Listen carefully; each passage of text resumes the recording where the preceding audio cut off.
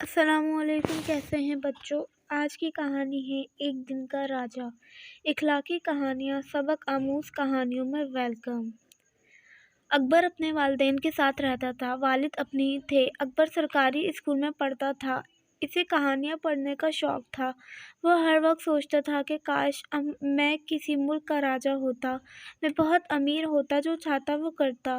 وہ اکثر خواب دیکھتا راجا بن گیا ہے، سب اس کے احترام میں کھڑے ہوئے، عالیشان محل جہاں وہ ہیرے جواہرات کے تخت پر بیٹھا ہے، مگر جب وہ اٹھا ہے تو خود اس کو چرپائی پر پاتا۔ ایک دن اکبر نے اپنے گھر کے قریب گیا۔ اچانک اس نے ایک بلی دیکھی۔ اس نے دیکھا کہ بلی کے پیر میں کوئی نوکیلی چیز چھپی ہوئی ہے۔ وہ بلی کے پیر سے نوکیدار چیز نکالتا ہے تو وہ بلی ایک خوبصورت پری میں تبدیل ہو جاتی ہے۔ وہ پری کہتی ہے، تم نے جادوئی تیر نکال کر مجھے آزاد کرا دیا ہے۔ میں تمہاری احسان مند ہوں، اس لیے تمہاری کوئی تو خواہش پوری کروں گی۔ پری نے کہا، آنکھیں بند کرو۔ اکبر نے آنکھیں کھولی تو وہ حیران رہ جاتا ہے۔ وہ تخت پر بیٹھا ہے، سب درباری اس کے احترام میں کھڑے ہیں۔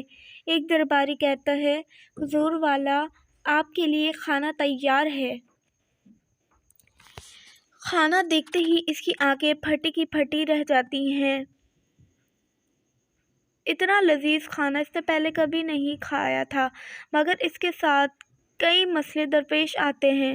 لوگ اس کے پاس اپنے جھگڑوں کے فیصلے کرانے آنے لگے، مگر وہ درست فیصلے نہیں کر پاتا۔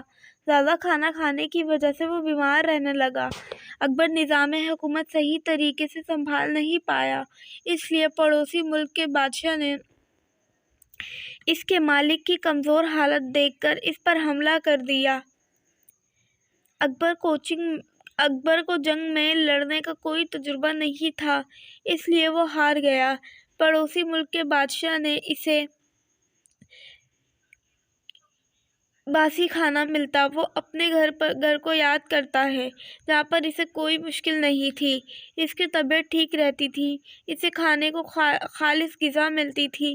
اسے پری کی بات یاد آئی۔ اس نے مشرق کی طرف منہ کر کے 3 تالیاں بجائیں۔ پری آئی تو اس نے کہا، مجھے پہلے جیسا بنا دو۔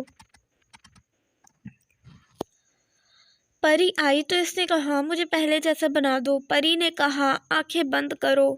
آنکھیں کھولی تو دیکھا وہ اسی جنگل میں کھڑا تھا۔ پچھتاوے کیا ہو، جب چڑیا چگ گئی کھیت۔